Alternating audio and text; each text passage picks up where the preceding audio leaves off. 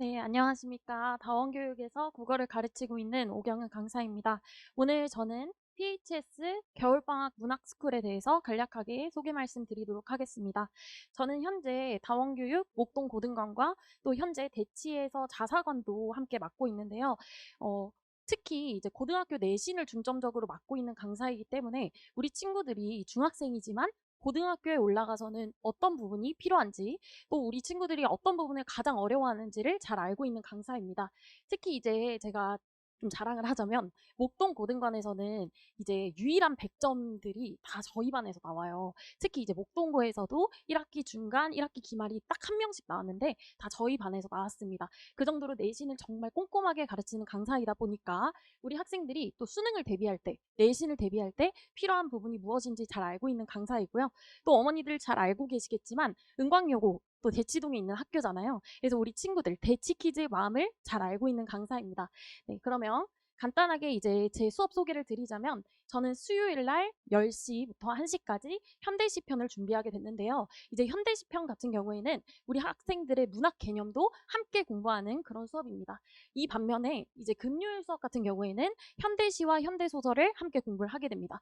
대신 이 부분은 이제 따로 이제 개념을 보진 않고요. 우리 친구들과 작품을 위주로 분석을 하는 그런 반입니다. 그래서 우리 친구들이 아직 문학 개념이 부족하다라고 한다면 수요일 반으로 보내주시고 이제 우리 친구들이 중학교에서 그래도 내신을 좀 준비를 해봤다라고 한다면 금요일 반으로 보내주시면 되겠습니다. 네, 그러면 오늘 제 이제 목차인데요. 제가 일단 첫 번째로 말씀드리고 싶은 부분은 1등급의 필수 요소, 또 수능 이야기를 빼놓을 수가 없겠죠. 제가 이제 2024년의 수능을 가지고 왔는데 2024 수능은 굉장히 불수능이었고 또 2025 수능, 또 올해 봤던 수능은 굉장히 물수능이었다라는 말씀을 많이 들어보셨을 거예요. 그런데 여기 봐주시면 2025 수능이지만 변별력은 유지되었다. 또 최상위권 변별력은 어려울 듯. 자, 이 말은 뭐죠? 상위권의 변별력은 괜찮다는 얘기입니다. 그러니까 우리 최상위권 학생들에게만 어려운 쉬운 시험이었고 또 그 아래에 있는 친구들에게는 굉장히 어려운 시험이었다라고 말씀을 드릴 것 같아요. 여기 봐주시면 이제 수능 확정 등급 컷과 올해의 수능 예상 등급 컷인데요. 사실 차이가 그렇게 크지 않습니다. 그쵸? 근데 사실은 언론에서 그렇게 이야기를 하다 보니까 그럼 수능이 굉장히 쉬웠나 보다 이렇게 생각을 하실 수 있을 텐데 사실은 그렇지 않다는 거죠.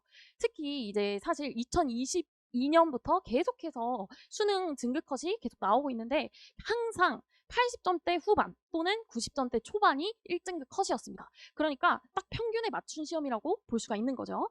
네, 그래서 여기 봐주시면 제가 이제 수능 오답률 탑 10을 가지고 왔는데 이 중에 노란색으로 색칠을 친 부분은 이제 오답률 중에서 문학 부분을 차지하는 부분입니다. 여기 봐주시면 2024 수능, 작년에 시행했던 수능 같은 경우에는 오답률 2위가 현대소설에서 나왔고요.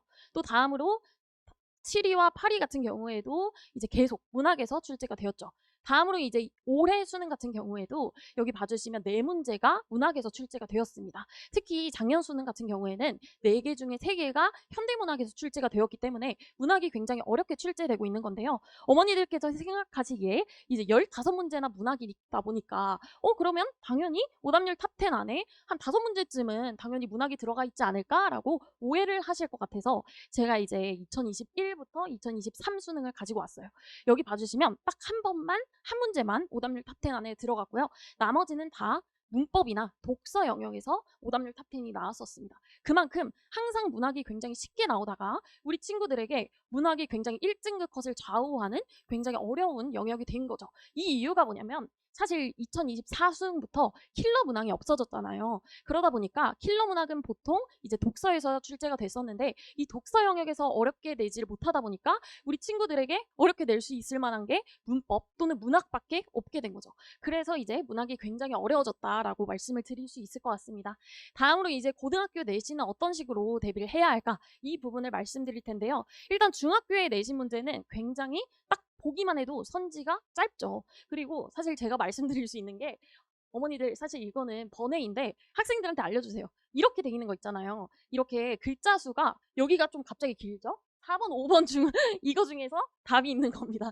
사실 어머니들 이거는 굉장한 꿀팁이에요. 여기도 봐주시면 이거 두 개 중에서 답이 있을 수 있다. 이렇게 해서 이거는 이제 5번부터 이렇게 볼 확률이 굉장히 커집니다. 이런 게 사실은 진짜 우리 학생들에게 1등급을 이제 좌우할 수 있을 만한 그런 문제는 아닌 거죠.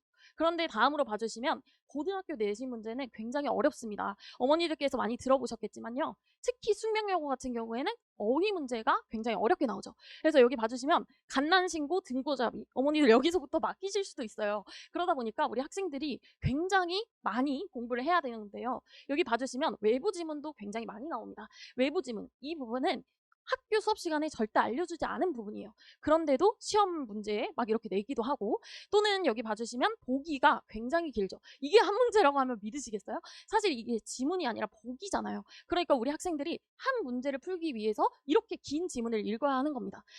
다음으로 이제 한대부고 제가 맡고 있는 학교인데요. 여기 시험 범위 같은 경우에는 이 빨간색 표시된 부분은 학교 수업 시간에 다뤄주지 않는 부분이에요. 그런데도 시험 범위로 내시는 거죠. 특히 여기 봐주시면 비문학 같은 경우에도 6지문이 이제 시험 범위로 출제가 되는데 그중에 2지문이 무조건 출제가 되는데 이 부분을 학생들이 틀리면 2등급이 되는 겁니다. 그 정도로 우리 학생들이 정말 열심히 공부를 해야 돼요. 특히 이제 제가 그 목동관에서 강서구라고 하는 학교도 맡고 있는데 거기는 남고인데요. 학교 수업 시간에는 이런 식으로 교과서만 내주시는데 수능 특강 있죠. 수능 특강. 그 당해에 나왔던 수능 특강을 바탕으로 그 부분에 4분의 1씩 해서 시험 범위로 계속 출제를 하고 계십니다. 그거는 한 5년간 지속이 되고 있어요. 그런 식으로 우리 대치동에 있는 친구들은 더 어렵게 시험 범위가 나오기 때문에 정말 열심히 대비를 해야 합니다.